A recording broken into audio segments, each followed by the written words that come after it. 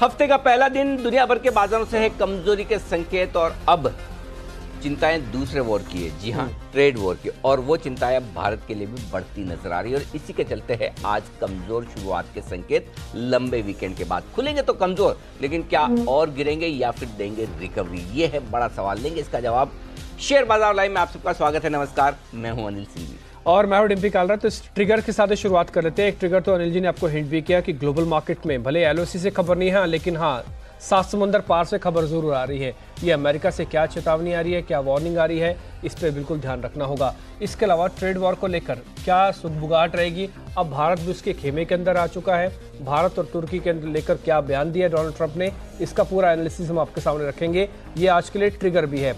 हालांकि चाइना और अमेरिका के बीच में जो बातचीत चल रही है वो थोड़ा सुखद हो सकती है, थोड़ा बेहतर नोट पे जा रही है। ग्लोबल मार्केट के संकेत आज कुल मिला के कमजोर है। ज्यादातर एशियन मार्केट्स कमजोर हैं। यूएस ने थोड़ी बहुत रिकवरी जरूर दिखाई, लेकिन इतनी भी नहीं थी कि जो 200 अंकों की गिरावट ना दे पाए दो को। वहाँ पे अमेरिकी मार्केट करीब 200 पॉइंट की गिरावट के साथ बंद हुए। इस बीच ट्रेड वॉर को लेकर अमेरिका और चाइना के बीच में जो बातचीत बनने का दौड़ा आगे बढ़ा है, उससे कच्चे तेल को सहारा मिला। ये $66 के करीब आके पहुंचा है। ये भारत के लिए उतनी बड़ी मुश्किल तो नहीं है, बट हाँ फिर भी एक पॉइंट टू बी नोटेड है, इसमें ध्यान जरूर रखा जाए। ये 4 अहम ट्रिगर हैं जिसके बेसिस पर हम आगे बढ़ेंगे। आज जब हम हेडलाइंस पढ़ रहे थे, आपने हेडलाइंस से पहली बात यही रखी होगी कि मोटरसाइकिल्स के ऊपर ड्यूटी लगती है, इसी से नाराज है अमेरिका। वो कह रहे हैं कि तुरंत भारत को ड्यूटी कम करनी चाहिए। तो हम जीएसपी का उनको जो स्टेटस दिया है वो हम कम भी कर रहे हैं, घटा भी रहे हैं। ये अमेरिका की जो हार्ले डेविडसन है, मैंने उसकी ड्यूटी चेक की, वो 75% ड्यूटी वैसे लगती है भारत में, 75 से 100%। लेकिन ये बाइक आती कितनी है, कितने लोग हैं जो इस बाइक को खरीदते होंगे, या कितना बड़ा ट्रेड है भारत के साथ जो अमेरिका को ये चेतावनी देनी पड़ी कि आप अपनी ड्यूटी को रिस्ट्रक्चर कीजिए, अमेरिकी उत्पादों को कम कीजिए। हमारे पास हमारे जो प्रोड्यूसर है ना अभिषेक, उनके पास बुलेट है, रॉयल एनफील्ड। अगर ये ड्यूटी 100% से घटाकर 0 कर दे तो वो शायद हैर्ली डेविडसन खरीद ले। अच्छा। तो ऐसा है। तो इतनी ड्यूटी नहीं, इतनी ड्यूटी ज्यादा है। हाँ। इस वजह से गाड़ियां आ भी नहीं पाती। ये भी एक रीजन है। लेकिन देखिए, 2 चीजें हैं इसमें। ये कई बार हो ना, 2 अच्छे दोस्तों के बीच में पार्टनरशिप होती है और वो साथ में बिजनेस करते हैं, और जब पार्टनरशिप टूटती तो इस वजह से नहीं टूटती कि प्रॉफिट जितना सोचे थे उतना नहीं हुआ, ये नहीं हुआ। वो टूटती छोटी छोटी बातों पे कि तुम दिन में 3 कप चाय पीता हो, मैं 1 कप ही पीता हूँ, ठीक है। तुम अपने ऑफिस की गाड़ी का इस्तेमाल अपने बच्चों को स्कूल छोड़ने के लिए करते हो, मैं नहीं करता। इस तरह की छोटी छोटी चीज़ों पर टूटती है। वही सिचुएशन अमेरिका और हिंदुस्तान के बीच में ट्रेड वॉर को देकर दिख रही है। अब एक्चुअली अमेरिका को समझना चाहिए उनके ओवरऑल ट्रेड में भारत का हिस्सा कितना है। हार्डली, मुश्किल से कुछ नहीं है, नहीं के बराबर। मतलब मुश्किल से $7-8 बिलियन का ये जो जिन टैरिफ की ये बात कर रहे हैं, वो बिजनेस ही $7-8 बिलियन का है। और $7-8 बिलियन के बिजनेस में क्या हमारे से वो वसूल कर लेंगे, या क्या कम हो जाएगा, क्या ज़्यादा हो जाएगा, बहुत फर्क नहीं पड़ता। लेकिन क्या है, ट्रम्प साहब को गरजने की आदत है। बरसेंगे तो नहीं, लेकिन गरजेंगे जरूर। तो वो अब आजकल वो है ना, न तो चीन पे गरज पा रहे हैं, न उत्तरी कोरिया पर, तो फिर बचा कौन? चलो आज इस बार टर्की और हिंदुस्तान का नंबर लेते हैं। इनको कहते हैं कि तुम ठीक नहीं कर रहे हो। तो ठीक है, वो चूंकि थोड़े गरजे हैं तो हम थोड़े सावधान होकर बैठ जाएंगे, लेकिन होना जाना कुछ नहीं है। कोई बहुत बड़ा फर्क नहीं पड़ना है। हाँ, सेंटीमेंट के लिहाज से आज के लिए आप हफ्ते की शुरुआत करने के लिए जो कुछ देख रहे हैं वो तो ठीक नहीं है कि वो क्यों ऐसा बोल रहे हैं। हेडलाइन से सब जगह दुनिया भर में चर्चाएं हो रही है, लेकिन ओवरऑल ट्रेड हमारे लिए कुछ चीज़ बड़ी हो सकती है, लेकिन उनके लिए बड़ी नहीं है। उनके लिए इतनी बड़ी नहीं कि वो हिंदुस्तान से रिश्ते तोड़ने की सोच ले, है ना। जहाँ बड़ी है चाइना के साथ, वहीं रिश्ते नहीं तोड़ रहे तो क्या फ़र्क पड़ता है। तो ऐसे में थोड़ी सी चिंता की बात है, लेकिन ऐसा नहीं कि ये मामला सुलझेगा नहीं या ये बदला नहीं जा सकता। हाँ, 60 दिन का नोटिस है, 60 दिन में बातें होंगी, मुलाकातें होंगी और छोटी मोटी सॉल्यूशन निकालने की कोशिश होगी। थोड़ी ड्यूटी कम ज़्यादा कर ली जाएगी, बस ठीक है। और कहेंगे भाई कि देखिए, आप तो बड़े लोग हैं, आपकी अर्थव्यवस्था भी बड़ी है, भारी है, हम लोगों को ग्रो करने दीजिए, क्यों छोटी छोटी चीज़ों पर ध्यान लगाने, कोई बड़ी चीज़ों पर ध्यान लगाइए, हो जाएगा। ये ऐसा तो नहीं कि चुनावी प्रोपेगेंडा हो, क्योंकि 2020 के अंदर वहाँ पे भी चुनाव है, 2019 के अंदर भारत के अंदर है, मैक्सिको की वॉल आपको पता ही है। तो जो राष्ट्रवादी अप्रोच होती है कि अपने देश का फेवरिज्म लेके आप दूसरे देशों को धमकाएं, ये चुनावी प्रोपेगेंडा भी बन चुका है, कई देशों में तो हो चुका है। देखिए, कोई भी राजनेता किसी भी पार्टी का हो, किसी भी देश का हो, उसका सबसे पहला लक्ष्य जिंदगी में ये होता है कि अगला चुनाव वापस कैसे जीतूं। बाकी सब लक्ष्य नंबर 2, नंबर 3, नंबर 4 पे आते हैं। पहला लक्ष्य ये होता है कि वो अगला चुनाव वापस कैसे जीतूं।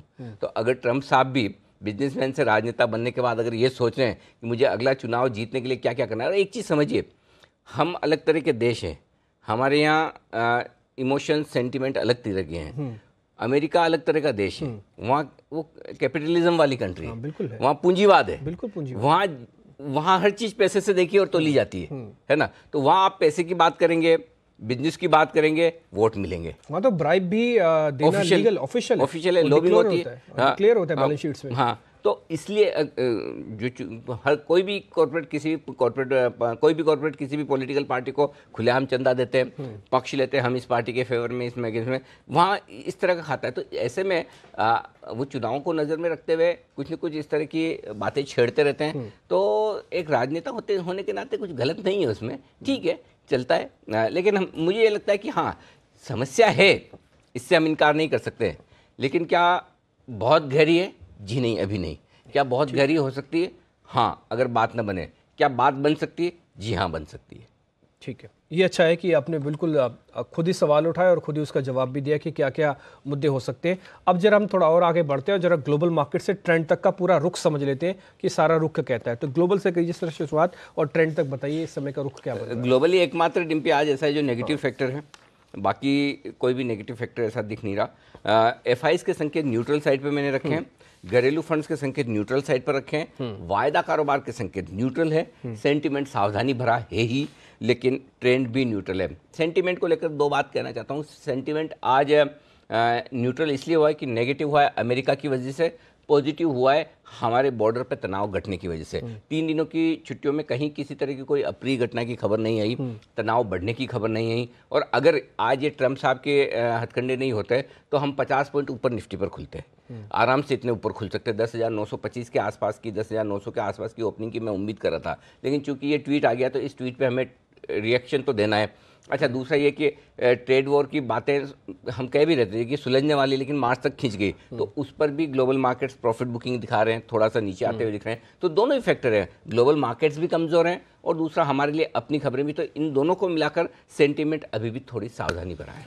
ठीक है, ट्रेंड न्यूट्रल रखे जी, ट्रेंड न्यूट्रल है। ठीक है, अब आते हैं निफ्टी के निर्णायक लेवल पे और आज की रेंज पे। तो निफ्टी की आज की रेंज छोटी, मीडियम रेंज और बड़ी रेंज। छोटी रेंज है 10,800 10,875, ये निफ्टी की रेंज आप मानकर चलिए जिसके बीच में ट्रेड होना है। उसके बाद जो मीडियम रेंज बनेगी निफ्टी, वो बनेगी 10,750 से लेकर 10,900 के बीच की, ये मीडियम रेंज है। और अल्टीमेट रेंज जो है वो है 10,725 से लेकर 10,925 की, ये 200 पॉइंट की रेंज है। आप देखिए 2 महीने हो गए बाजार 10,500 से लेकर 11,000 की रेंज में, 500-600 पॉइंट की रेंज में, या यूं कहूँ कि 10,600 के नीचे क्लोज नहीं देता, 11,000 के 100 के ऊपर क्लोज नहीं देता। तो ये 500 पॉइंट की रेंज क्लोजिंग बेसिस पर बाजार 2-3 महीनों से निकाल के बैठा हुआ है।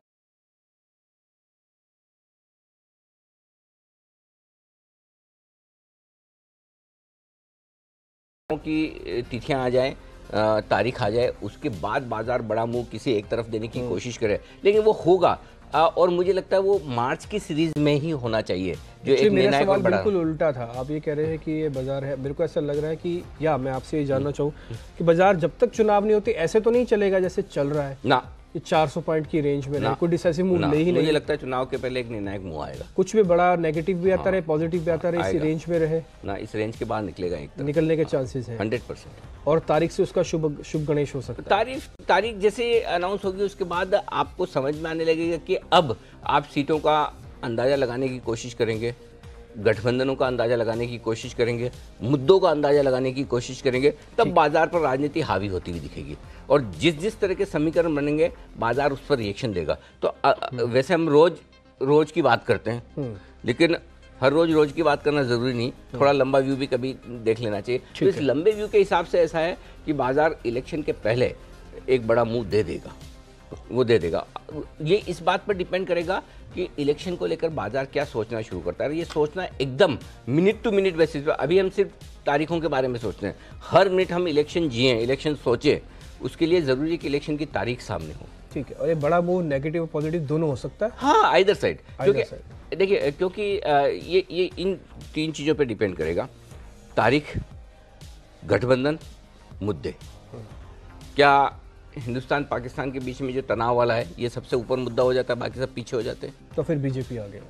क्या गठबंधन बीजेपी के वैसे हो जाते हैं, या महागठबंधन वाकई में मजबूत होकर निकलता है, वो दूसरा मुद्दा होगा। और चुनाव कितने जल्दी या कितने लेट हो रहे हैं, हालांकि उसमें बहुत ज़्यादा 15-20 दिनों से ज़्यादा का फर्क नहीं पड़ता, लेकिन जब डेट आ रही है और डेट्स आने के बाद में आप सारे सरकारी कामकाज बंद होते हुए देखते हैं, करेक्ट। तो उसके पहले कितने काम हो गए और उसके बाद आप किस तरह से आगे बढ़ रहे हैं, और जब तारीख आ रही है उस समय देश का माहौल कैसा है। तो ये सारी चीज़ें हैं जो निर्णायक मूव देने का काम, मजा आएगा, इंटरेस्टिंग होगा इलेक्शन के पहले का। बिल्कुल। अच्छा, बैंक निफ्टी पे आज की रेंज क्या? लेकिन चूंकि यहाँ बात निकली तो एक चीज़ मैं कहना चाहता हूँ डिम्पी कि पिछले साल भर में, 1.5 साल में एक चीज़ हुई है कि मिड कैप्स, स्मॉल कैप्स और निफ्टी तीनों का प्रदर्शन बहुत अलग अलग तरह का रहा है। निफ्टी कोई खास बढ़ा नहीं है, 3-4% नीचे ही है। इनफैक्ट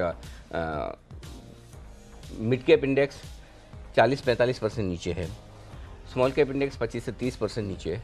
मेरा ये स्ट्रांगली मानना है कि अब से लेकर चुनाव तक आपको अच्छे मिड कैप फंड्स में, अच्छे मिड कैप म्यूचुअल फंड्स में SIP शुरू कर देनी चाहिए।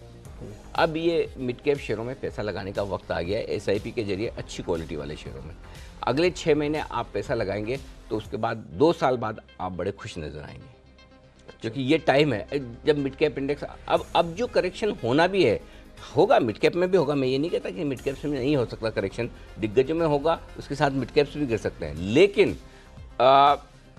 मिड कैप्स अब आप कह रहे हैं कि पैसा लगाइए, मेरे भाव से आपको भाव से बुरा है। आमतौर पर किसी भी इंडेक्स में 60% से ज़्यादा का करेक्शन आप नहीं देख सकते, नहीं देखते। 60 में से 50%, 48% करेक्ट हो चुका है। 10-15% और निफ्टी के साथ समझो करेक्ट हो जाए, निफ्टी 500 पॉइंट निकल जाए, उसके साथ 10% और मिड कैप निकल जाए, 5% निकल जाए, अब आप एकदम बॉटम पे तो ले नहीं पाएंगे कभी भी। ये टाइम आ रहा है अब से लेकर इलेक्शन तक मिड कैप्स में पैसा लगाना चाहिए। वो SIP मोड सबसे बेहतर ऐसे, और स्मॉल कैप से भी ज़्यादा बेहतर मैं मिड कैप्स को मानता हूँ। न लार्ज कैप न स्मॉल कैप, मिड कैप्स।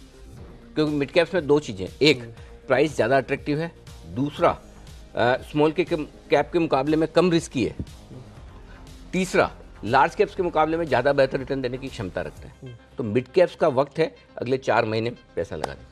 ठीक है, इंटरेस्टिंग। अब मैं जरा बैंक निफ्टी की रेंज आपसे जानना चाहता हूँ, आज की स्मॉल रेंज, मीडियम और एक्सट्रीम। हाँ, 26,900 27,050 ये बैंक निफ्टी की छोटी वाली रेंज है। 26,800 से 27,150 ये आप मीडियम रेंज मान लीजिए।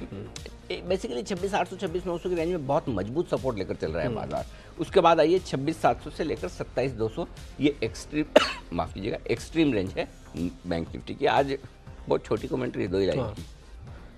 वही मैं लग रहा था कि आज रेंज में कुछ वैसा नहीं है, रेंज पिछले कई दिनों से हम चल ही रही है, देख ही रहे हैं, बराबर थोड़ी सी ऊपर की तरफ शिफ्ट हुई है। अब आते हैं जरा उनके पास जिनकी पहले से लॉन्ग पोजीशन है, यानी कि तेजी के सौदे पहले से खड़े हैं सिस्टम में, उनको क्या करना है? मैं ना डिम्पी कई बार है ना, मैं जब स्ट्रेटेजी बनाता हूँ सुबह तो जल्दबाजी होती है बनाने की, उसके बाद शाम को मैं रिव्यू भी करता हूँ। इस बार तो 3 दिन की छुट्टी आ गई तो मैंने मंडे की स्ट्रेटेजी को फिर से रिव्यू किया। तो मैंने देखा मैंने बहुत ज़्यादा लेवल दे रखे थे। मैंने कहा हो सकता है कभी कभी क्या है कि हालांकि स्पेसिफिक होना ठीक है, जिसकी जो पोजीशन वो पिक कर ले, लेकिन कभी कभी व्यूअर उससे कंफ्यूज भी होता था। आज मैंने थोड़ा सा डेटा कम करने की कोशिश की है। तो आज मैंने कम करने की कोशिश क्या की है, आज मैंने जो एग्जिस्टिंग पोजीशंस हैं उस पर सिर्फ स्टॉप लॉसेस दिए। ठीक है, तो एग्जिस्टिंग पोजीशन अगर आपकी निफ्टी पर लॉन्ग पोजीशन है, तेजी की पोजीशन ऑलरेडी है, और टारगेट अपने कंफर्ट का, हाँ कंफर्ट टारगेट आगे आ ही जाएंगे नई स्ट्रेटजी में। तो एग्जिस्टिंग लॉन्ग पोजीशन है तो आप स्टॉप लॉस रखिए 10,775 का इंट्राडे ट्रेड के लिए। इंट्राडे में 10,775 के नीचे ट्रेड करेगा तो आपको अपना स्टॉप लॉस लगा लेना है, और क्लोजिंग अगर 10,800 के नीचे होती है तो आपको स्टॉप लॉस लगाना है। ठीक है, तब इससे बाहर आ जाए। हाँ, तब आप इससे अपनी तेजी की पोजीशन को कम कर लीजिए। बैंक निफ्टी में 26,900 इंट्राडे तोड़कर ट्रेड करता है तो आपको तेजी की पोजीशन कम कर लेनी है, और 26,800 के नीचे बैंक निफ्टी बंद होता है तो अब आप समझ गए ना कि 10,800 और 26,800 ये 2 लेवल क्लोजिंग बेसिस पे इनके नीचे बाजार बंद होता है तो कमजोरी के संकेत देगा। ठीक है, अब जिनके पास सौदा शॉर्ट मंदी का खड़ा है वो क्या करें? मंदी का सौदा वैसे तो देखा जाए तो पोजीशंस कट जानी चाहिए शुक्रवार के आंकड़ों के हिसाब से, लेकिन फिर भी अगर है तो 10,900 का स्टॉप लॉस रखिए, दोनों ही, इंट्राडे भी और क्लोजिंग भी। इंट्राडे में भी 10,900 पार करे काट लीजिए, क्लोजिंग में भी 10,900 पार करे काट लीजिए, तो इंतजार मत कीजिए। ठीक है, बैंक निफ्टी में अलग लेवल है। इंट्राडे में आपका स्टॉप लॉस 27,100 का है, और क्लोजिंग अगर आज 27,050 के ऊपर होती है बैंक निफ्टी के तो आपको शॉर्ट काट लेनी चाहिए। ठीक है, वैसे निफ्टी के हिसाब से रेंज बहुत छोटी है, 800 से 900 के बीच में। 900 के ऊपर आके मंदी के सौदे कट जाएंगे, 800 के नीचे आके तेजी के सौदे कट जाएंगे। बिल्कुल, ये इंपॉर्टेंट है। अब आते हैं जिन्होंने आज पोजीशन क्लोजिंग बेसिस पे, हाँ क्लोजिंग बेसिस पे, बहुत सही ऑब्जर्वेशन आपका, एकदम परफेक्ट। जिन्होंने आज पोजीशन बनानी है वो क्या करें अब? हाँ, जिनको खरीदना है 10,775 10,800 की रेंज में खरीदिए, वहाँ मौका आता है तो छोड़िएगा मत, खरीदना चाहिए मेरे हिसाब से, लेना चाहिए। अगर गैप, जितना गैप से ज़्यादा मिले उतना मैं खरीदारी का मूड बनाऊंगा। ओके। अरे ये गलत बात है डिम्पी जी, एसजी स्विफ्ट नहीं आ गए ऊपर, सिर्फ 4 ही पॉइंट नीचे रहा है। तो फिर तो 10,825 में भी खरीदना बनता है। 10,800 10,825 मैं तो सुबह वाले लेवल देख के सोचा था कि आज तो बढ़िया 10,800 पे एंट्री मिलेगी, लेकिन वैसा हो नहीं रहा है। 10,800 10,825 भी देख सकते हैं। एनीवे स्टॉप लॉस मैंने थोड़ा डीप दिया है 10,725 का। 10,850 10,875 फिर से टारगेट है, और अगर ज़्यादा गैप से नहीं खुले तो आपके टारगेट 10,900 10,925 वाले बनेंगे, ये ध्यान में रखिएगा। शॉर्ट करना है, स्टॉप लॉस 10,900 का रखना है, सिंपल है, या फिर आप 10,900 के नज़दीक बेचिए। 10,825 10,800 और 10,775 तक के टारगेट के लिए शॉर्ट पोजीशन बनाने की राय है निफ्टी में। ये नई पोजीशन हुई। ठीक है। अब बैंक निफ्टी पे, बैंक निफ्टी को 26,800 26,900 की रेंज में खरीदना है, और ज़रूर खरीदना है। 26,700 आपका स्टॉप लॉस है, बिल्कुल क्लियर कट, वेल डिफाइंड है। 27,000 27,050 ये दो टारगेट ऐसे हैं जिनके लिए आपको खरीदारी करनी है बैंक निफ्टी में। और जो लोग बैंक निफ्टी शॉर्ट कर रहे हैं उनके लिए 27,100 स्टॉप लॉस का लेवल है, 26,900 26,800 और 26,750 तीन टारगेट आपके लिए बैंक निफ्टी पर नीचे की तरफ के बनते हैं अगर आप शॉर्ट करते हैं तो। ठीक है। इस पीछे एक इम्पोर्टेंट आंकड़ा विक्स का 11% गिरना है, ये कैसे इसको समझे हम? अच्छा, ये वॉलेटिलिटी कम होने के संकेत है। और आपको याद है हम शुक्रवार को बात ही कर रहे थे, 2 दिन से विक्स 10% बढ़ रहा है, अब विक्स यहाँ रुकना चाहिए, तो थोड़ा सा कमज़ोर हुआ है, तो कंफर्ट आ रहा है लोगों को। हालांकि आज थोड़ा सा विक्स बढ़ सकता है फिर से, लेकिन ठीक है, ये कंफर्टेबल है। सेक्टर्स दो आज मैंने नेगेटिव साइड पे चुने, एक तो मेटल्स, क्योंकि वैसे भी ग्लोबल मार्केट्स कमज़ोर है, दूसरा ये जो चिंताएं हैं आपकी, कौन सी, ट्रेड वॉर वाली, तो वो जाहिर सी बात है हमारे लिए वो मेटल्स तो हम एक्सपोर्ट करते ही हैं, तो वो है। और ऑटो सेक्टर थोड़ा कमज़ोर रह सकता है, नंबर्स ढीले हैं, ओवरऑल दमदार नंबर है नहीं, तो प्रॉफिट बुकिंग आ सकती है। और वायदा कारोबार के बैन में अभी कोई स्टॉक है नहीं। ठीक है। इस बीच एफआईज और एफ&ओ का कामकाज भी जल्दी से देख लेते हैं। पहले जरा एफआईज का कामकाज देखते हैं। पिछले 2-3 दिन से पहले तो अच्छी खरीदारी थी, लेकिन थोड़ा सुस्त हो गया, ठंडा हो गया एफआईज, ऐसा क्यों और उसकी वजह क्या? सवाल अच्छा है डिम्पी। उसकी वजह सिर्फ ये है कि एक्सपायरी के पहले जो थोड़ा बहुत एक्शन बढ़ता है, वो एक्शन बढ़ता हुआ दिखा था, वो एक्शन अब हो चुका है खत्म, और इस वजह से अब ज़्यादा कुछ बचा नहीं है, तो इसलिए आंकड़े जो हैं एफआईज के वो मिले जुले हैं, इसलिए मैंने न्यूट्रल ही रखे हैं। घरेलू फंड के आंकड़े भी छोटे से हैं, इसलिए वो आंकड़े भी मिले जुले रखे, मतलब ज़्यादा कोई बड़ा एक्शन है नहीं, तो ये दोनों ही आंकड़े हल्के से हैं, ज़्यादा कोई एक्शन वाली बात है नहीं। ठीक है। अब जरा एफ&ओ के हिसाब से भी जान लेते हैं। निफ्टी पे 10,800 की रेंज क्यों पक्का सपोर्ट है? 900 के ऊपर आपको क्यों ऐसा लग रहा है कि मंदी वालों को एक बार पोजीशंस काट के बाहर आ जाना चाहिए? देखिए 10,800 इसलिए स्ट्रॉन्ग सपोर्ट है कि जिस तरह से पोजीशंस वीकली और मंथली डेटा में बनी हुई है निफ्टी के पुट और कॉल में, जैसे 10,800 के नज़दीक आएंगे शॉर्ट कवरिंग भी आएगी, वहाँ से आपको सहारा मिल जाएगा, और ऊपर आप जाएंगे तो और वहीं पर आपको पुट में जिस तरह से ओपन इंटरेस्ट है वो भी पोजीशन मजबूत है, तो दोनों ही तरह से 10,800 आसानी से टूट कर आप नीचे ट्रेड नहीं करेंगे, और 10,900 पार करने में हमें लगातार दिक्कत आ रही है, और पोजीशंस भी ऐसी बनी है। हालांकि अभी सीरीज़ का पहला ही दिन था, है ना, तो बहुत ज़्यादा डेटा अभी बने नहीं है, डेटा बनना शुरू होंगे आज से, तो देखते हैं। और वैसे भी 3 दिनों का लंबा वीकेंड था, तो पहले दिन और कम पोजीशन बनी, तो असली एक्शन वायदा कारोबार का हमें आज से देखना है, निफ्टी में भी और बैंक निफ्टी में भी। बैंक निफ्टी का जहाँ तक सवाल है डिम्पी, 27,000 ये बहुत इंपॉर्टेंट लेवल है। 27,000 के ऊपर आते ही अचानक से आप बढ़िया फ्रेश मजबूत फील करने लगते हैं, और 27,000 के नीचे आते हैं, ऐसा कमज़ोर तो नहीं है, लेकिन थोड़ा सावधान रहते हैं कि ठीक है देखते हैं भाई, तो और उसके बेहद करीब आप बंद हुए हैं, तो ये आपके लिए मेक और ब्रेक का लेवल है 27,000। तो निफ्टी के लिए तो मुझे आज निर्णायक लेवल नहीं मिला, लेकिन बैंक निफ्टी के लिए 27,000 निर्णायक लेवल बनता है वैसे। ठीक है। तो ये आज के एफ&ओ के आंकड़े भी हैं जो कि आपके सामने रखे हमने, और उम्मीद तो करते हैं कि आज मार्केट में एक अच्छा खासा बाय आपको मिल जाएगा, बट वो लेवल्स 9-8 पे जब फ्रीज होगा तब उसके बारे में वापस डिस्कस करेंगे। सारे आंकड़े वैसे एनालिसिस करके आपके सामने रखे। अब आते हैं आज के स्टॉक ऑफ द डे पे। तो सर आज का स्टॉक ऑफ द डे 2 है आज। ओके। इंटरेस्टिंगली दोनों शॉर्ट साइड पर, दोनों शॉर्ट है। हाँ, एक तो मेरा सदाबहार शॉर्ट है, जो चाहे वो मंथली सेल्स नंबर आए या नतीजे आए, और मैं शॉर्ट देता हूँ आइशर मोटर्स। अच्छा। आज फिर से आइशर मोटर्स शॉर्ट साइड पे है। अब आइशर मोटर में समस्या एक ही कि आइशर मोटर्स चकमे बहुत देता है, लेकिन जो नंबर्स आए वो नंबर्स बड़े ढीले हैं। 14% रॉयल एनफील्ड की बिक्री घटी, और मैं लगातार आपको फंडामेंटल एनालिसिस यही कह रहा हूँ कि देखिए ये ठीक नहीं है, नंबर्स जो आ रहे हैं वो ठीक नहीं है। 19,950 के आसपास बंद हुआ है कैश में, 20,100 150 रुपये ऊपर का स्टॉप लॉस रखिए, ज़्यादा लंबा नहीं दे रहा हूँ, इसके ऊपर खुल जाए तो बेचिए भी मत, मैं बहुत क्लियर करता हूँ, क्योंकि देखिए फंडामेंटल एनालिसिस अपनी जगह है, प्राइस और वॉल्यूम का एक्शन अपनी जगह है। तो आइशर तेज़ी से घूमने के लिए जाना जाता है, बहुत सारे फंड्स का फेवरेट भी है। जितने लोग इसको महंगे वैल्यूशन के तौर पर देखते हैं, उतने लोग इसे पसंद भी करते हैं, दोनों ही चीज़ें। तो 19,200, 19,000 और 18,850, तो ये तो नीचे का लेवल आ ही नहीं पाया। 3-5 डिजिट वाले होते ही तो फिर अभिषेक 2 ही लगाएंगे, फिर इससे ज़्यादा लगाएंगे नहीं। तो पहला टारगेट 19,200 का है, उसके बाद 19,000 और तीसरा 18,850। ये है आपके लिए आइशर मोटर्स में बेचने का। लेवल्स मैंने कैश के दिए। ठीक है, 18,850 भी है, जो विजिबल तो नहीं है लेकिन है वो, है ना, वो लेवल भी है। आया देखो, विजिबल है। अच्छा, कर दिया। अरे वाह, बहुत बढ़िया। तो 19,000 और 18,850 अब विजिबल पे विजिबल होगा कि नहीं वो देखने वाली बात है। हाँ, तो यहाँ पे लिख तो दिया गया है, बस अब इलेक्ट्रॉनिक वे से भी आ जाए 18,850, ये आपका टारगेट हो जाएगा। अच्छा, दूसरा आप सेल भी था एक आपको लिस्ट में। हाँ, Hindalco futures. Globally metal prices थोड़े से कमज़ोर हुए हैं कल, एल्यूमिनियम के दाम भी घटे हैं। और दूसरा ये कि जो टैरिफ लगाने की बात हो रही है वो मेटल स्टॉक्स के लिए, हमारे यहाँ से जो मेटल एक्सपोर्ट होता है अमेरिका को, उन कंपनियों के लिए थोड़ा नेगेटिव होगा। उस लिहाज से 198 का छोटा स्टॉप लॉस दिया, ये फ्यूचर्स का लेवल है, बहुत छोटा स्टॉप लॉस दे रहा हूँ। और ऊपरी स्तरों पर आप ये स्टॉप लॉस लगा लीजिए। 193, 191 के टारगेट के लिए आपको हिंडाल्को का फ्यूचर बेचना चाहिए। ठीक है, तो एक तो आइशर मोटर बेचना है आपको, और एक और बता दूँ, हाँ, आज का हीरो में भी हो सकता है आज एक शॉर्ट को लिया है, तो आज सेल दिवस है।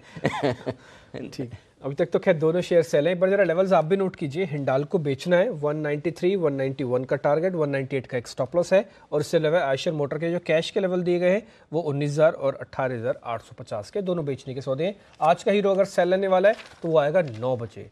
तो 9 बजे हम आपके सामने आज का हीरो शेयर रखेंगे। खैर, इस बीच रिसर्च टीम हमारे साथ जुड़ चुकी है हमेशा की तरह, और आज रजत और आपको आशीष ये बताने वाले कि खबरों वाले शेयर कौन से हैं। दिवांशी ब्रोकिंग हाउसेस की रिपोर्ट्स आपको बताएंगी। तो रजत, कीजिए शुरुआत आज के खबरों वाले शेयर्स की। बिल्कुल, सबसे पहले तो टेक महिंद्रा फोकस में, वो इसलिए क्योंकि बायबैक की एक्स डेट है आज और कल है रिकॉर्ड तारीख, यानी कि कल तक अगर आपके खाते में ये टेक महिंद्रा के शेयर्स होंगे तो आप बायबैक में टेंडर कर सकते हैं ये शेयर्स।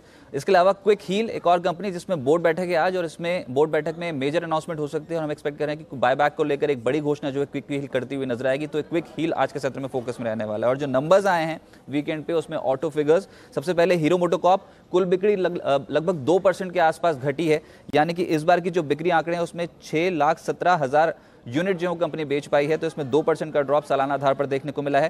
टाटा मोटर्स, यहां पर कुल बिक्री में 3% की गिरावट देखने को मिली है, 57,221 यूनिट, जो कि 3% घटी है YoY बेसिस पे अगर इसको कंपेयर करें तो। हालांकि टीवीएस मोटर एक ऐसी कंपनी है जिसमें 3% फरवरी बिक्री बढ़ी है, और ये बिक्री जो वो 2,99,000 यूनिट जो है वो कंपनी बेच पाई है, 3% का इजाफा सालाना आधार पर। तो टीवीएस मोटर के फिगर्स ठीक हैं। बाकी हीरो मोटोकॉर्प, हाँ, हीरो मोटोकॉर्प हमारे एक्सपेक्टेशन से थोड़ी बेहतर आंकड़े, तो हम एक्सपेक्ट कर रहे थे कि यहाँ पर ज़्यादा गिरावट देखने को मिलेगी। इसके अलावा इन्फो एज पे फोकस रहेगा आज। बड़ी खबर है कि जोमेटो अपना यूएई का जो फूड डिलीवरी कारोबार है उसको बेचने जा रही है, और डिलीवरी हीरो को ये बेचा जाएगा ये कारोबार, जिसके जरिए 1,220 करोड़ रुपए जोमेटो जुटा लेगी। और दूसरी खबर भी है जोमेटो पे कि उन्होंने $105 करोड़ की फंडिंग, एक्स्ट्रा फंडिंग रेज कर ली है।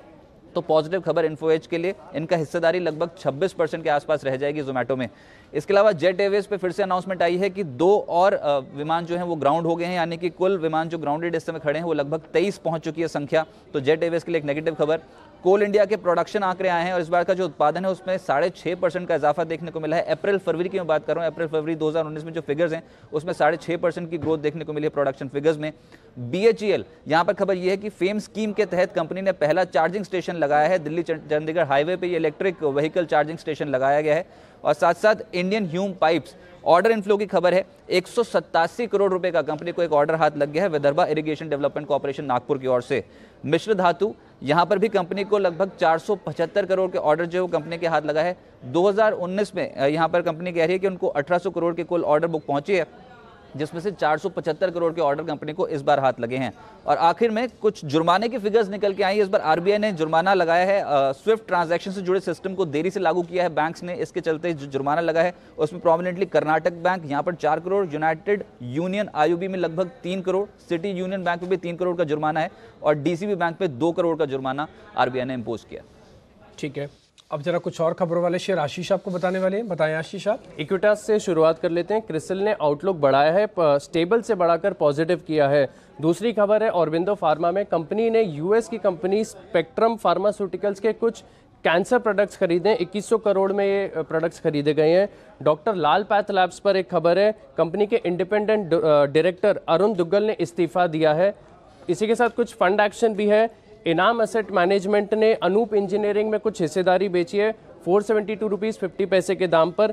HDFC म्यूचुअल फंड ने स्पेंसर रिटेल में हिस्सेदारी बेची है 144 रुपीज़ 32 पैसे पे। इसी के साथ कुछ इंसाइडर ट्रेड्स हैं, प्रमोटर एक्शन है, नजर डाल लेते हैं। टाटा मोटर्स, टाटा सन्स ने 1.04 करोड़ शेयर्स खरीदे हैं फरवरी 25 से 26 के दौरान।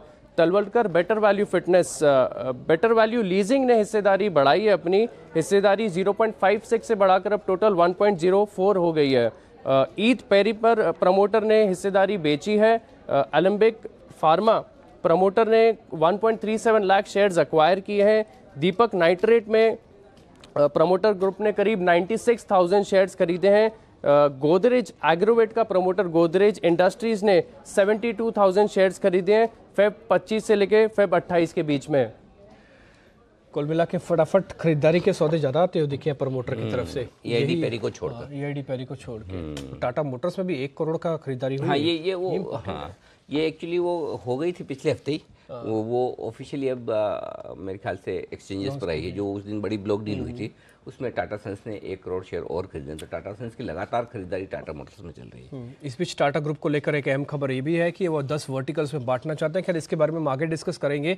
दिवांशी, आप जरा ब्रोकिंग हाउसेस की रिपोर्ट बताएं। मेरे को लगता है कि आपके पास भी पहला टाटा ग्रुप का ही शेयर है। टाटा ग्रुप तो है, जिस तरह से हम देख रहे हैं कि यहाँ पे जो बिक्री आती हुई दिखी है उसके बाद बहुत ज़्यादा पॉजिटिव रिपोर्ट्स आती हुई नहीं दिखी है, लेकिन वो ये मानते हैं कि जो चीन में यहाँ पे जो डेटा आता हुआ दिखा है वहाँ पे अभी भी हमें दबाव देखने को मिल रहा है। इसी के कारण अगर नंबर्स अच्छे भी आते आने वाले टाइम में तो री रेटिंग की जो संभावना है वो काफ़ी कम दिख रही है। और इसके अलावा मॉर्गन स्टैनली का जो लक्ष्य है इक्वल वेट की रेटिंग और 184 तक के लक्ष्य वो दे रहे हैं और टाटा मोटर्स पर जी। और साथ ही नोमरा भी टाटा मोटर्स पर 187 तक के लक्ष्य दे रहे हैं। मैक्वारी भी टाटा मोटर्स पर लगभग 260 तक के लक्ष्य दे रही है और मान रही है कि JLR पर जो ओवरऑल इंसेंटिव्स हैं, डिस्काउंट्स है, वो बहुत ज़्यादा दे रही है यूएस में। इसकी वजह से मार्जिन्स थोड़े से और दबाव में रह सकते हैं। और साथ ही अगर नोमरा की बात करें तो ये मानते हैं कि जो डिक्लाइंस हैं यहाँ पे वो थोड़े से घटते हुए दिख रहे हैं, जो एक पॉजिटिव ट्रिगर यहाँ पे टाटा मोटर्स के लिए बन रहे हैं, लेकिन री रेटिंग की संभावना काफ़ी कम है। इसके अलावा अगर हम ऑटो सेल्स की बिक्री के नंबर्स की बात करें तो क्रेडिट स्विस ने बजाज ऑटो पर अपना लक्ष्य घटा दिया है। यहाँ पे 2950 से घटाकर 2700 किया और मानते हैं कि घरेलू बाजार में जो दबाव है वो आने वाले टाइम में भी दिखने को मिल सकता है। और यहाँ पे जो ABS नॉर्म्स है वो लागू होने से पहले कंपनी अपने जो पल्सर की इन्वेंट्री है वो कम करने पर बहुत ज़्यादा जोर दे रही है। साथ ही आइशर पर भी सिटी की रिपोर्ट है जो नेगेटिव है, क्योंकि यहाँ पे भी उन्होंने अपने लक्ष्य घटा दिए हैं। खरीदारी की राय लेकिन लक्ष्य 25,200 से घटाकर 24,700 कर दिया और मुनाफा जो है आने वाले 2 साल में लगभग 2 से 3% घटने का अनुमान है। साथ ही आज जेफरीज की ऑटो सेल्स पर जो रिपोर्ट आई उसमें वो मानते हैं कि सारे सेगमेंट्स में से जो लाइट कमर्शियल व्हीकल्स है उसके जो आंकड़े हैं वो काफ़ी थोड़े से बेहतर आते हुए दिखे बाकी क्षेत्र के कंपैरिजन में। साथ ही आज कोल इंडिया पर पॉजिटिव रिपोर्ट्स हैं। यहाँ पे मैक्वारी और मॉर्गन स्टैनली दोनों की पॉजिटिव रिपोर्ट कोल इंडिया पर है। सबसे पहले मैक्वारी मानता है कि जो डिविडेंड है वो 9% से थोड़ी सी बेहतर आने का अनुमान है और जो डाउनसाइड रिस्क है वो काफ़ी कम होता हुआ दिखा है। और मॉर्गन स्टैनली मानता है कि FY19 में जो सब्सिडरीज का प्रोडक्शन है वो काफ़ी नॉर्मलाइज होता हुआ दिखा है। तो 268 तक के लक्ष्य वो यहाँ पे मॉर्गन स्टैनली भी दे रहा है। आखिर में CLSA का सीमेंट पर रिपोर्ट पर नजर कीजिए, वो यहाँ पे काफ़ी पॉजिटिव है। लक्ष्य उन्होंने सेम रखा है। रैमको श्री सीमेंट पर 20,000 का टारगेट, ACC पे 2,000 के लक्ष्य और रैमको पर 775 के लक्ष्य। अब मानते हैं कि जितने भी राज्य हैं वहाँ पे हमें जो कीमतें वो बढ़ती हुई दिख रही है और जो साउथ में है जो प्राइजेस वो काफ़ी बढ़ रही हैं। आने वाले साल में लागत कम होने से मार्जिन बढ़ने का ज़्यादा अनुमान यहाँ पर उनको दिख रहा है। ओके, सीमेंट पे पॉजिटिव है। सीमेंट पॉजिटिव, रैमको भी लिस्ट में है उनकी। हाँ, रैमको भी लिस्ट है। तो सीमेंट पे पॉजिटिव है। कोल इंडिया पे अच्छी रिपोर्ट है। आइशर पे खराब है, आइशर और बजाज ऑटो पर खराब रिपोर्ट। टाटा मोटर्स पे न्यूट्रल टाइप। न्यूट्रल। हाँ, ये है। चलिए, तो ये है इंटरेस्टिंग रिपोर्ट्स, इस पर आप रखिएगा नज़र। आइए शामिल करते हैं हमारे एक्सपर्ट्स को। पहले चलते हैं सीधे पुणे। किरण जाधव साहब हमारे साथ हैं वहाँ से, और किरण जी से करते हैं आज की शुभ शुरुआत। Kiran ji, good morning. बताइए। अच्छा, आज शुरुआत से एक चीज़ याद आई डिम्पी।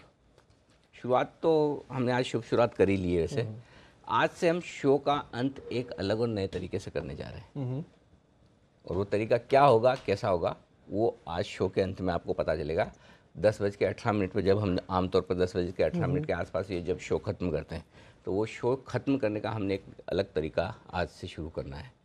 अच्छा, कोई गेस तो दीजिए ताकि। बस यही गेस है कि वो तरीका ऐसा होगा, हाँ, उस तरीके को देख के आप, मैं, हमारे सारे एक्सपर्ट्स और हमारे दर्शक बेहद खुश होंगे, ये मैं कह सकता हूँ। बस ये एक लाइन कह सकता हूँ कि आज और आज से, न सिर्फ आज से हम शो ख़त्म करने का तरीका बदल रहे हैं और वो आपके लिए देखने लायक होगा। तो आज ये वाला शो जब हम ख़त्म करेंगे 10-15 के बाद, 10:15, 10:18 के आसपास, 10:19 के आसपास हम आमतौर पर ख़त्म करते हैं, तब ज़रूर देखेगा। तो गाजे बाजे नाचते हुए खत्म नहीं हो रहा कि शो। और उसके बाद आप ये देखने के बाद आप अपना फीडबैक हमें दीजिएगा कि हमारा ये नया तरीका आपको किस तरह का लगा। ठीक है। और ये डिम्पी के लिए भी एक सरप्राइज है, अभी तक डिम्पी को भी अंदाजा नहीं, मेरे को बिल्कुल अंदाजा अच्छा, किसी को अंदाजा नहीं है, मैं बता दूं। नहीं, हमारे प्रोड्यूसर उनको भी अंदाजा ना, किसी को नहीं है, मैं बता रहा हूँ, किसी को अंदाजा नहीं है। लेकिन हम ये आज से नया तरीका शुरू करें। चलिए, ये अंत की बात हो गई, लेकिन शुरुआत करते हैं किरण जी के साथ। किरण जी, गुड मॉर्निंग, बताइए अपने आज की दमदार pics. Anil ji very good morning. Dimpy जी मॉर्निंग सर। मेरे 2 बाय कॉल्स है। एक तो माइंट्री पे बाय करने की सलाह है, 920 का स्टॉप लॉस रहेगा, 970 के टारगेट देखने में मिल जाने चाहिए। ये 1 से 2 दिनों का ट्रेड रहेगा। दूसरा इप्का लैब्स रहेगा, ये भी 1-2 दिन का ट्रेड रहेगा, 835 का स्टॉप लॉस, 885 के टारगेट्स। अनिल जी, आपने जो इनोवेशन करते रहते हैं, नयापन लाते रहते हैं, उसमें से वो एक्साइटमेंट है वो बढ़ती नजर आती है। तो आज भी मैं ये शो कैसे बंद होता है वो देखने के लिए बहुत ही उत्सुक हूँ। बिल्कुल, और अब मैं आपको इतना दावे से कह सकता हूँ कि आपको ये बहुत अच्छा लगेगा, इतना मैं कह सकता हूँ 100%, ये मेरी गारंटी है। इतना मैं कह सकता हूँ कि जब आप शो का अंत देखेंगे तो आप कहेंगे कि ये चीज़ मेरे दिमाग में भी या किसी और के दिमाग में पहले क्यों नहीं आई। मतलब मुंह से निकलेगा वाह भाई वाह। हाँ, बिल्कुल 100%, ये गारंटी है। बहुत बढ़िया। तो किरण जी, आप और हम दोनों हैं तैयार आज देखने के लिए कि 10:18 पे क्या होता है। जितना आपको पता है उतना ही मेरे को पता है, बस। तो आज 10:18 पे दोनों हम तैयार हैं देखने के लिए। तो आप अपने वैसे ट्रेड आपने जो बताया है, माइंट्री और एक इप्का लैब, ये दोनों एक बार आप जरा नोट कर लें लेवल के हिसाब से भी। माइंट्री को खरीदना है आज, इप्का लैब को भी खरीदना है। दोनों बकायदा दिन के ऊपरी स्तर पर बंद हुए हैं, मिड कैप कैटेगरी के शेयर भी हैं और अच्छा मूव आपको दे सकते हैं। आज इन दोनों पे खरीदारी की राय है। ठीक है, कुछ एक और शेयर मैं एक्चुअली आपसे जानना ही चाहता था, इसमें करें क्या सर। ये टाटा मोटर्स को लेके जरा बताइए। आज रिपोर्ट्स वैसे तो न्यूट्रल हैं, एक मैक्वारी की रिपोर्ट है जिसको 200 से ऊपर ले गई, इसके सेल्स के आंकड़े आए जो 3% कम है, लेकिन हाँ, टाटा सन्स की तरफ से 1 करोड़ शेयरों की खरीदारी का ऑफिशियल आज बयान आ गया। इस सबको देखते हुए टाटा मोटर्स में क्या करना है। और आपको ध्यान होगा बीते सत्र क्लोजिंग में खबर ये भी आई थी कि वो कुछ हिस्सेदारी बेचना भी चाहते हैं JLR के अंदर, हालांकि बाद में पुष्ट नहीं हुई थी, लेकिन बीच में खबर उड़ी थी ये। डिम्पी जी, जो 8 फरवरी को जो रिजल्ट आने के बाद जो हमने बहुत बड़ी गिरावट देखी स्टॉक में, उसके बाद ये consistently higher top higher bottom और वर्टिकल रैली दिलाता नजर आया था। 130 का लो लगा के अभी करीबन 180 के करीब आ चुका है। अभी ये इतना बड़े रैली आने के बाद मेरा मानना है कि थोड़ा सा टाइम करेक्शन होना चाहिए और वो ये स्टॉक के लिए बहुत अच्छा होगा। तो ये रेंज जो रहेगी 186, ये ऊपर की ब्रेकआउट लेवल है, ये जल्दबाजी में नहीं तोड़नी चाहिए। और नीचे में 172। तो अगर इस रेंज में हफ्ता 2 हफ्ता अगर गुजारता है और उसके बाद 186 के ऊपर चलता है, तब एक बहुत बड़ी मूव आनी चाहिए। तो मेरा मानना है कि चार्ट के हिसाब से अभी एक टाइम करेक्शन होगा और ये टाइम करेक्शन बहुत अच्छा होगा। 172 186 ये रेंज रहना चाहिए। तो ये है टाटा मोटर्स पर आए, जहां प्रोमोटर्स भी लगातार खरीदारी करते हुए दिख रहे हैं। 1 करोड़ शेयरों की खरीदारी की बात टाटा सन्स की तरफ से भी आई है। तो टाटा सन्स ने सही वक्त पर, जब नतीजे के बाद जो लो बना था उसके बाद से लगातार अब स्टेक बढ़ाते हुए दिख रहे हैं। जो खबर आप कह भी रहे कि 10 वर्टिकल में टाटा सन्स अब अपने कारोबार को अलग अलग बांटकर फोकस करने की कोशिश कर रहा है। तो चंद्रा साहब की कमान संभालने के बाद से ग्रुप में शायद मेरे ख्याल से एक ही ये कंपनी बची थी, जिसमें अभी पूरा जीर्णोद्धार नहीं हुआ। हाँ, जीर्णोद्धार नहीं हुआ। हाँ, टाटा ग्लोबल का तो काफ़ी हद तक हुआ। और स्टारबक्स तो आप कभी भी जाओ हमेशा फुल मिलता है। किसी भी कोने में हो, स्टारबक्स में बैठने की जगह मिलेगी नहीं। तो टाटा ग्लोबल के लिए तो दिन अच्छे ही हैं, कोई दिक्कत वाली बात नहीं। लेकिन अब यहाँ पर भी होते हुए दिख रहे हैं। आइए कुछ और स्टॉक्स जहाँ पर एक्शन होगा।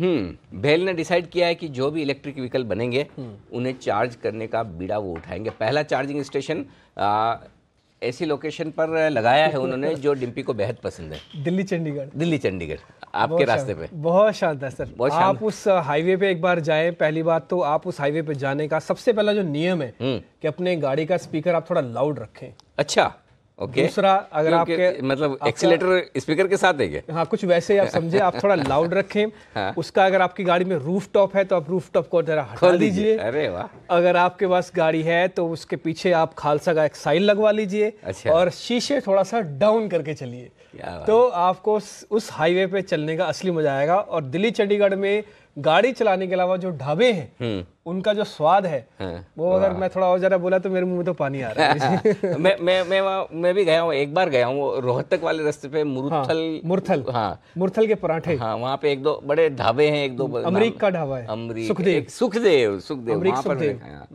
मतलब और इसके अलावा अगर इस सब में भी कोई चीज़ कमी रह गई तो एक चीज़ की कमी कि एक अच्छी कंपनी होनी चाहिए आपके साथ में, अगर वो ना हो तो डिम्पी हमेशा इस रूट पे आपका साथ देने के लिए बिल्कुल सर, तैयार है। मैं तो सदाबहार हूँ इस रूट का। ये है भेल और के इसको लिए जीटी रोड कहा जाता है।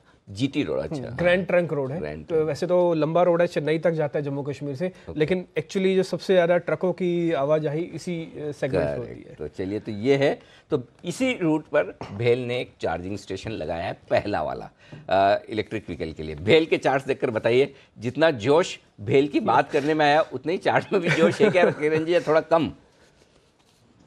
भेल पे मेरा मानना है कि पॉजिटिव रुझान देखने को मिल रहा है। इसने भी एक परसों के सत्र यानी शुक्रवार के सत्र में एक ब्रेकआउट दिया था, 65 लेवल थी, तो 65 के नीचे आपका स्टॉप लॉस रहना चाहिए 63 का, और टारगेट्स के लिए मान के चलना चाहिए कि हम 71 73 की ओर चल रहे हैं, पर ये इमीडिएट नहीं होगा, आपको हफ्ता डेढ़ हफ्ता लग सकता है। तो ये एक स्लो मूवर रहेगा, पर श्योर मूवर रहने की संभावना बनती नजर आ रही है।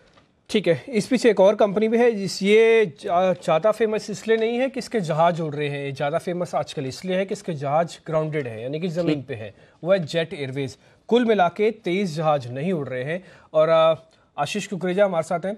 आशीष, जेट एयरवेज के जहाज नहीं उड़ रहे 23, क्या करना है?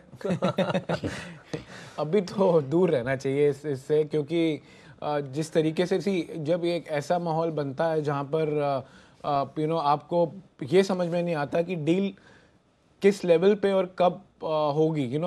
अगर वो विजिबल फ्यूचर में होती है और जो प्राइसिंग की अटकलें हैं वो बहुत स्पेसिफिक हो जाती हैं, तो बात बनती है कि आप एक व्यू बनाओ।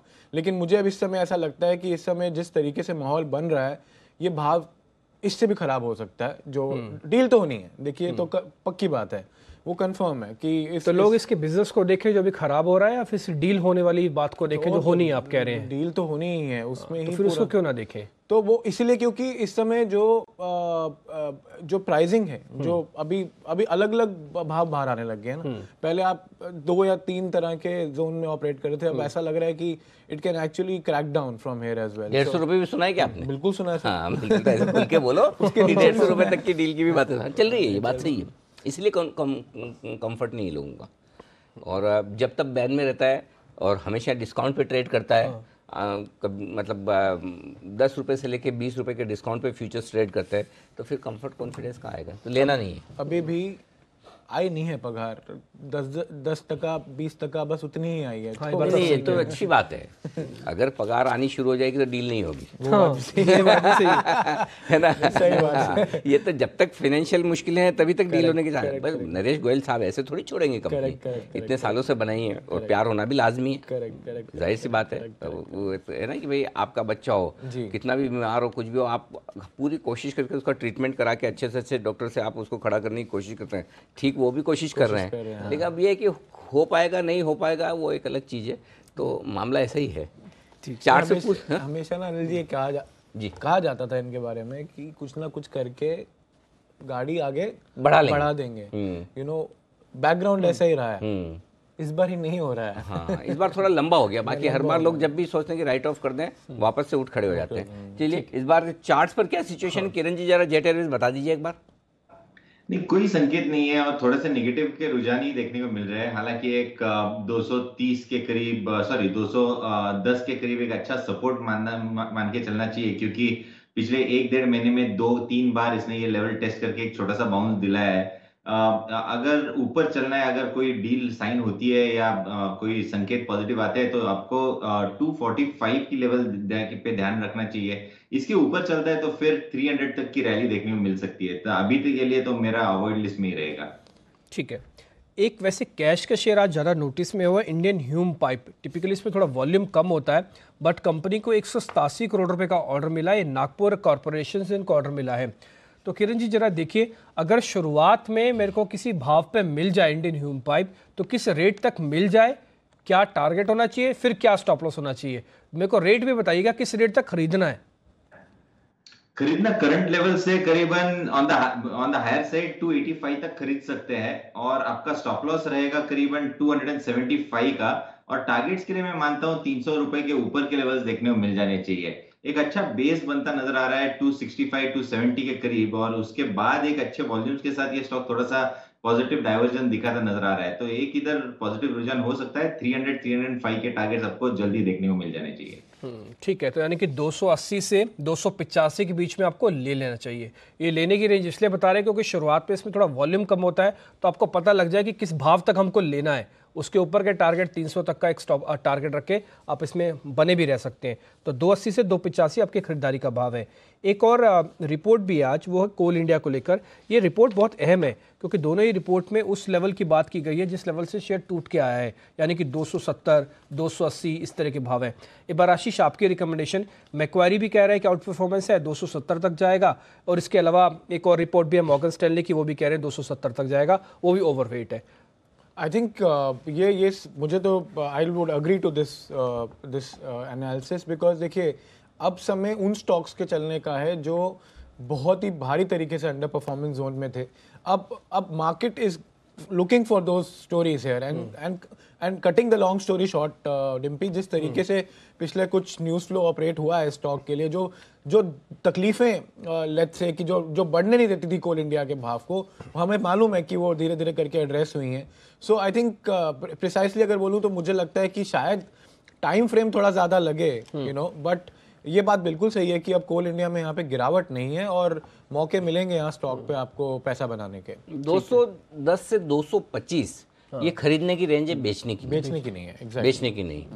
बेचने का तो वापस आता है ना 275 280 जब आता है तब दिल खोल के बेचिए। जब सारे सिग्नल आने लगे बाय के तब एकदम आराम से बेच देना चाहिए। लेकिन इस बीच टोरेंट फार्मा ने, दवाई का नाम आप पढ़ो टिम्पी, ये मुश्किल वाला काम मैंने, कोजर टैबलेट है, जेनरिक अच्छा, मेरे को ना दूर का थोड़ा कम दिखता है, ऐसा प्रॉब्लम वो दवा के नाम का नहीं है, मुझे थोड़ा अक्षर कम समझ में। तो कोजर एक टैबलेट है जिसको इन्होंने रिकॉल किया है, और 60 लॉट का कंपनी ने अमेरिका से रिकॉल किया है। अमेरिका की दवा है, अमेरिका को ही बेचते हैं, अमेरिका में इन्होंने रिकॉल किया है, भारत से कोई लेना देना नहीं है, जेनरिक दवा है, बट टोरेंट फार्मा की लोट ही है। ठीक है, कोई खास बड़ी ज़्यादा बात नहीं, बड़ी बात नहीं है। ठीक है, तो चलते रहते हैं। और दवा रिकॉल ठीक है, वो बदी दवा रिकॉल करते हैं, खुली दवा तो रिकॉल होती नहीं कभी। अच्छा, एक स्टॉक और जिसमें मैं आशीष जी की राय लेना चाहता हूँ। आशीष जी का फेवरेट स्टॉक है, फेवरेट इन द सेंस कि आशीष जी इसको अच्छे से वो ट्रैक करते हैं, इक्विटास। इनके लिए एक अच्छी खबर है, क्रिसिल ने इनका आउटलुक है ना जो थोड़ा बढ़ाया है। हाँ। ए रेटिंग है, उसको स्टेबल से पॉजिटिव किया है। पसंद है आपको शेयर? बिल्कुल पसंद है मुझे। तो देखिए ये दो स्टॉक्स हैं जो इक्विटास और मैग्मा फिनकॉर्प। देखिए पूरी to cut sort of give you the perspective कि जो पूरी तकलीफें एनबीएफसी स्पेस में है वो ये दो कंपनियां हैं, उससे साइड से, जैसे हम बॉम्बे में कैसे बोलते हैं, सुंबड़ी में होके निकलने वाला काम जो होता है कि वो मैनेजमेंट चेंज हुए हैं। सबसे इंपॉर्टेंट चीज़, मैनेजमेंट चेंज होने के बाद जो प्रोडक्ट पोर्टफोलियो पे काम किया गया है वो बहुत ही अलग तरीके से किया गया है, और जहाँ पे पैसा जिन जगहों पे बैंकों में पैसा जा रहा है वहीं पर ही ये अपनी पहुंच बना रहे हैं, रूरल एरियाज में, छोटे शहरों में। सो आई थिंक ये दो स्टॉक्स हैं जो आपको किसी भी समय पॉजिटिव साइड पे सरप्राइज कर सकते हैं। आप इनमें बने रहिए, वॉल्टिलिटी रहती है। मैं जैसे अभी अनिल जी लेवल की बात कर रहे थे, 108 110 112 वाला जो लेवल इक्विटास का है वो एक्यूमुलेशन का लेवल है, और किसी भी समय आपको 130 140 के भाव देखने को मिल सकते हैं उसमें। 130 140 कभी भी दिख सकता है। और अभी तो फार्मा के लिए भी एक इंटरेस्टिंग खबर आई है। 2100 करोड़ का एक इन्होंने ये किया है एक्विजिशन, या कह सकते हैं इन्वेस्टमेंट है इनका। पूरे कैंसर उत्पादों की एक अमेरिकी फार्मा कंपनी से कैंसर उत्पाद इन्होंने खरीदे हैं। ये इंटरेस्टिंग चीज दिख रही है। 2100 करोड़ बड़ा, 2100 करोड़ बड़ी रकम। कैसे देखते हैं आप इसको? Last time Anil ji 2 stocks आपके साथ डिस्कस करके गया था शो पे, एक ऑरबिंदो और दूसरा जेबी केम। इस स्पेस के। अगर आपको ध्यान हो तो ऑरबिंदो ही इस स्पेस में एक ऐसा स्टॉक है जो वैल्यूएशन कंफर्ट दे रहा है। करेक्ट। और जिस तरीके से हम सबको मालूम है ऑरबिंदो की जो स्ट्रैटेजी है, अब हर फार्मा कंपनी धीरे धीरे करके चोरी करने की कोशिश कर रही है, स्मार्ट एक्विजिशंस करके। और सो आई थिंक जो रिजल्ट आउटलुक है इस पूरे साल की, वो इतनी बढ़िया दिख रही है इस समय।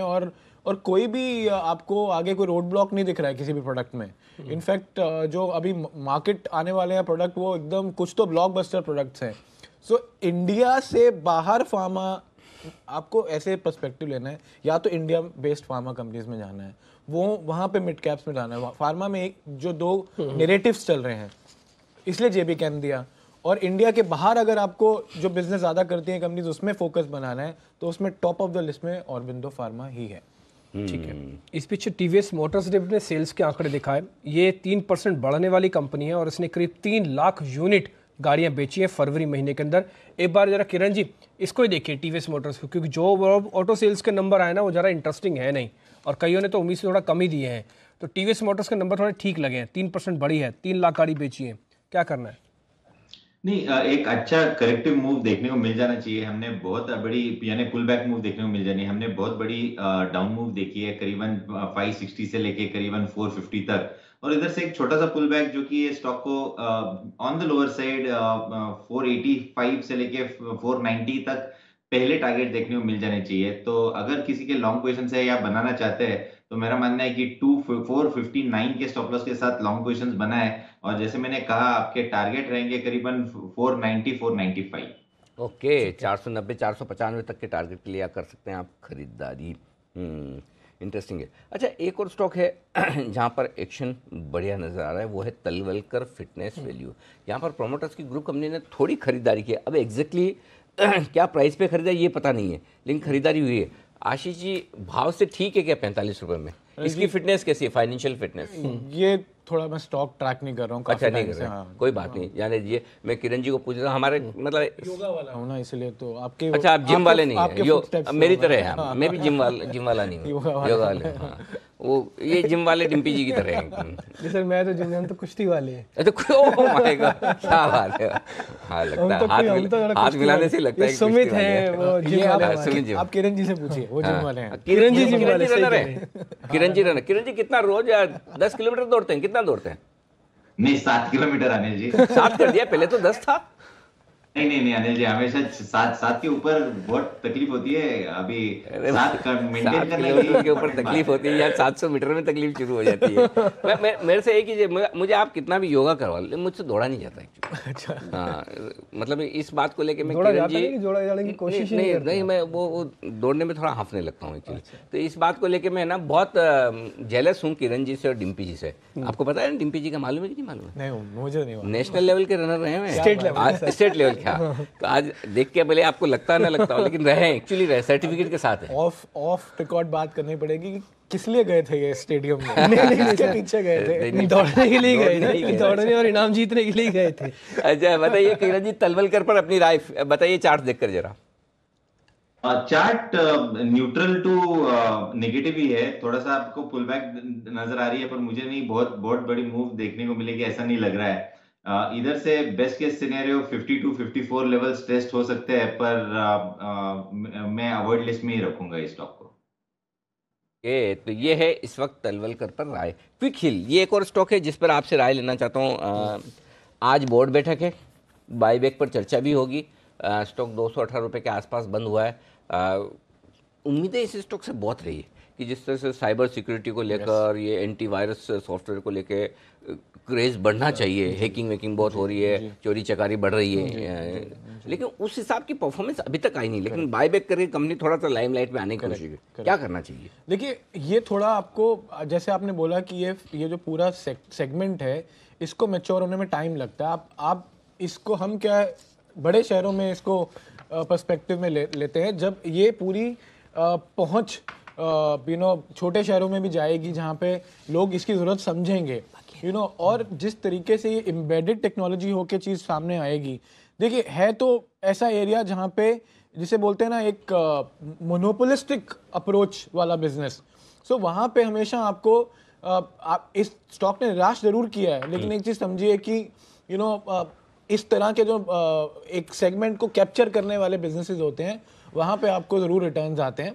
तो बने रहिए, ये एक लॉन्ग टर्म स्टोरी है, ये बहुत जल्दी आपको, और ये जो आपने बायबैक की बात करी नील जी, ये कोई ऑब्वियसली छोटा सिग्नल तो नहीं है, इट क्लियरली आइडेंटिफाइज कि यहाँ पे प्रमोटर्स को दिख रहा है कि आगे बिजनेस में उनको रुझान अच्छा दिख रहा है। बेसिकली कंपनी बुरी नहीं है, फाइनेंशियल परफॉर्मेंस अच्छी मैं और अगर आनी आपको इस समय पर्सपेक्टिव देना, अगर आप 2-3 साल का नजरिया रखें, 2 साल तक का भी नजर रखें, तो I would not be surprise अगर स्टॉक 350 350 के स्तर तक जा सकता है। मुझे ध्यान है बाजार के दिग्गज रमेश दमानी जी ने भी इस स्टॉक में बड़ा पैसा लगाया हुआ है। भाई ये पेशेंस टेस्ट करता है कभी कभी ऐसा। सर इन्होंने एक प्रोडक्ट निकाला था उन दिनों में, वो प्रोडक्ट से बहुत एक्सपेक्टेशन आई, मैनेजमेंट ने बहुत बात आके करी थी कि ये छोटे शहरों में चलेगा, ये होगा, लेकिन थोड़ा परफॉर्मेंस उसका ठीक नहीं आया, तो जो खर्चा हो गया उसको लॉन्च करने में वो थोड़ा तकलीफ दिया, अब वो उसका रिजल्ट आने शुरू हो गए। बिल्कुल। अच्छा, एक और बड़ी डील हुई है, वो जोमेटो, उन्होंने अपना यूएई का जो फूड का डिलीवरी कारोबार है वो हीरो को बेचने की बात की 1220 करोड़ रुपए में। ये तो अच्छी है, 1220 करोड़ की डील बड़ी है और अच्छी भी है। कैसे देख रहे हैं आप इसको?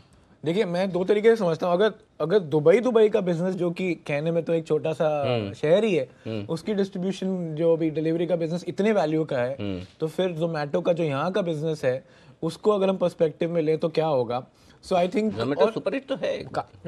इट इज सर, मैं अभी गया था अपने शहर में, मैं करनाल से बिलोंग करता हूँ, सो पड़ोसी हैं आस-पास ही रहते हैं। तो मैं वहाँ पहुँचा तो पहले हमें ना थोड़ा दूर जाना पड़ता था, वहाँ के छोले भटूरे अनिल जी बहुत, उसी के लिए जाता हूँ मैं, तो होता नहीं है। सुबह खाने सुबह मत बोलिए छोले भटूरे, या शो नहीं हो पाएगा। संडे सुबह चाहिए होते हैं, मुंह में बाढ़ आ रही है। उठते चाहिए होते हैं सर, वो उठते चाहिए होते हैं। अच्छा। तो वो मैंने जैसे कहा यार कौन अभी उठे सुबह सुबह, तो मेरे भतीजे हैं छोटे, उन्होंने कहा सर अभी जरूरत नहीं है चाचू, जोमेटो आ गया है करनाल में। अच्छा, अरे वाह। तो उन्होंने जोमेटो पे ऑर्डर किए छोले भटूरे, तो अब ये समझो अब कहाँ पहुँच गया है। अनिल जी, मैं आपको छोटा सा एक और एग्जांपल देता हूँ। यहाँ हेल्थ कैफे, ऑर्गेनिक कैफे, इन सब चीज़ों की बात, आई वाज सरप्राइज्ड टू सी, मैं वहाँ गया एक ऐसे कैफे में, भरा पड़ा था वहाँ पे, द हेल्थ कॉन्शियसनेस और ये सब छोटी छोटी जगह में भी अभी हेल्थ भरा पड़ा था। So I think food space is going to grow very aggressively, और वहाँ पर जोमेटो वाले लोग लाइन लगा के खड़े थे उस कैफे में डिस्ट्रीब्यूट करने के लिए। तो आई थिंक इन्फो एज के लिए बहुत पॉजिटिव खबर है, बहुत बढ़िया खबर है ये। तो देखिए, आज इन्फो एज रहेगा भरपूर एक्शन में इस खबर के दम पर।